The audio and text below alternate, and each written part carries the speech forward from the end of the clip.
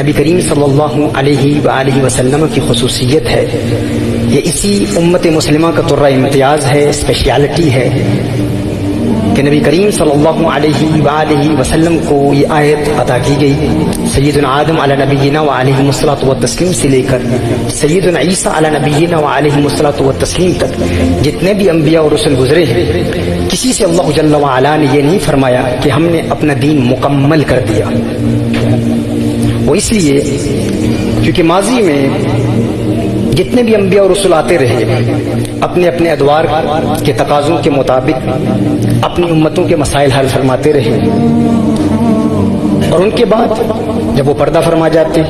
نیا نبی آتا تو نیا نبی اپنے دور کے تقاضوں کے مطابق اپنی امتوں کے مسائل کو حل فرماتا۔ مختلف قسم کی ایڈوانسمنٹس ہوتی رہی، سائنٹیفک ایڈوانسمنٹس ہوتی رہی، علمی ترقی ہوتی رہی، اقتصادی ترقی ہوتی رہی، معاشی ترقی ہوتی رہی،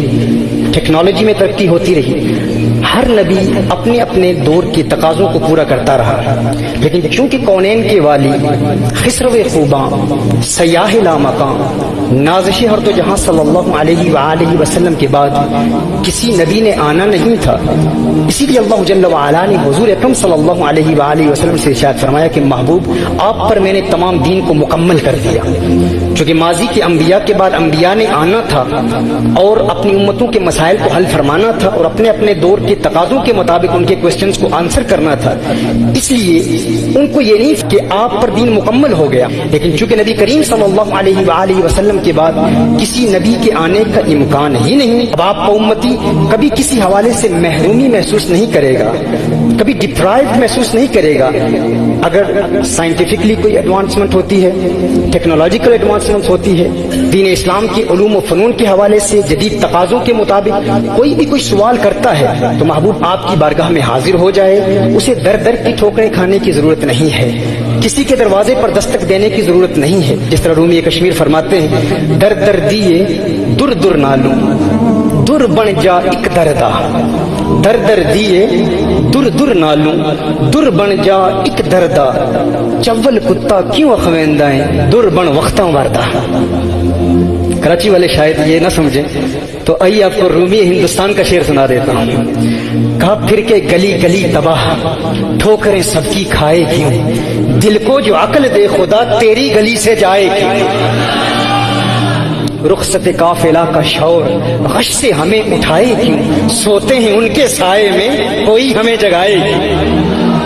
کوئی کسی دور میں بھی حضور اکرم صلی اللہ علیہ وسلم کی بارگاہ میں حاضر ہو جائے، کسی حوالے سے بھی رہنمائی کا طلبگار ہو، وہ علم افعال الاعضاء میں رہنمائی چاہتا ہو، فزیالوجی میں رہنمائی چاہتا ہو، حضور کی بارگاہ میں حاضر ہو جائے، قرآن کریم کی آیات کا مطالعہ کرے، سورہ نحل کا مطالعہ کرے، اسے فزیالوجی میں بھی رہنمائی حاصل ہو جائے گی۔ وہ ایمبریولوجی کو اسٹڈی کرنا چاہتا ہے، سورہ علق کا مطالعہ کر لے، فرمایا اقرأ بسم ربک الذی خلق خلق الانسان من علق اقرأ وربک الاکرم، اور مزید اگر مطالعہ کرنا چاہے سورہ طارق کا مطالعہ کر لے، فرمایا والسماء والطارق وما ادراک ما الطارق النجم الثاقب ان كل نفس لما علیہا حافظ فلینظر الانسان مما خلق۔ قرآن کریم کی آیات کا مطالعہ کرتا رہے، اور نبی کریم صلی اللہ علیہ وآلہ وسلم نے خود ارشاد فرمایا ہے کہ کونین کے والی صلی اللہ علیہ وآلہ وسلم کا سب سے بڑا معجزہ وہی ہے، یعنی یہ قرآن حضور اکرم صلی اللہ علیہ وآلہ وسلم ہی کا معجزہ ہے۔ اور اگر کوئی شخص زندگی کے کسی شعبے سے تعلق رکھتا ہے، حضور اکرم صلی اللہ علیہ وسلم کی بارگاہ میں حاضر ہو جائے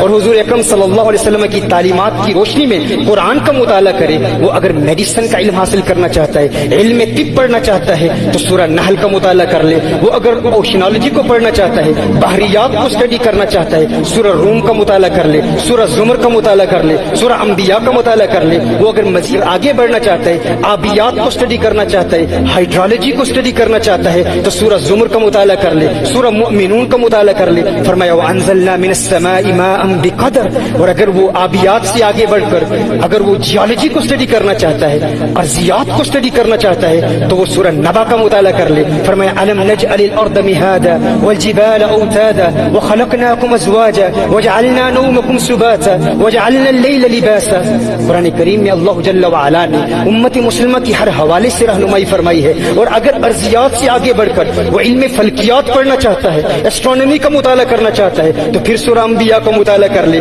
اگر ایسٹرونومی سے آگے بڑھ کر وہ زوالوجی کو اسٹڈی کرنا چاہتا ہے, اگر زوالوجی کا مطالعہ کرنا چاہتا ہے, حیوانیات کو اسٹڈی کرنا چاہتا ہے, سورہ نمل کا مطالعہ کر لے, سورہ عنکبوت کا مطالعہ کر لے. اگر وہ فزکس کو اسٹڈی کرنا چاہتا ہے, سورہ سبا کا مطالعہ کر لے. اور اگر وہ نباتیات کو اسٹڈی کرنا چاہتا ہے, باٹنی کو اسٹڈی کرنا چاہتا ہے, سورہ رعد کا مطالعہ کر لے. اللہ جل وعلا نے نبی کریم صلی اللہ علیہ وآلہ وسلم کے وسیلے سے ہر امتی کی رہنمائی فرمائی. آگے بڑھتے جائیں. اگر آپ سائیکالوجی کو اسٹڈی کرنا چاہتے ہیں, سائیکالوجی میں رہنمائی حاصل کرنا چاہتے ہیں, اگر آپ اخلاقیات کو اسٹڈی کرنا چاہتے ہیں, اگر آپ ایک اچھے لیڈر بننا چاہتے ہیں, ایک اچھے اسپیکر بننا چاہتے ہیں, ایک اچھے اریٹر بننا چاہتے ہیں, حضور اکرم صلی اللہ علیہ وآلہ وسلم کی بارگاہ میں حاضر ہو جائیں, کونین کے والی صلی اللہ علیہ وآلہ وسلم کی چوکھٹ پر حاضری کا شرف حاصل کریں. اگر آپ ایک اچھے پولیٹیکل لیڈر بننا چاہتے ہیں, کونین کے والی صلی اللہ علیہ وسلم آپ کی رہنمائی فرمائیں گے. اگر آپ ایک اچھے والد بننا چاہتے ہیں, حضور کی بارگاہ میں حاضر ہو جائیں. ایک اچھے بزنس مین بننا چاہتے ہیں, ایک اچھے تاجر بننا چاہتے ہیں, رسالت مآب صلی اللہ علیہ وآلہ وسلم کی بارگاہ میں حاضر ہو جائیں. اور قیامت تک جتنی بھی سائنسز, جتنے بھی علوم متعارف ہوں گے, اب حضور کے بعد چونکہ کسی نبی نے آنا نہیں, کرنوں بدلی رسولوں کی ہوتی رہی, چاند بدلی کا نکلا ہمارا نبی. کون دیتا ہے دینے کو منہ چاہیے, دینے والا ہے سچا ہمارا نبی. اور کیا خبر کتنے تارے کھلے چھپ گئے, پر نہ ڈوبے نہ ڈوبا ہمارا.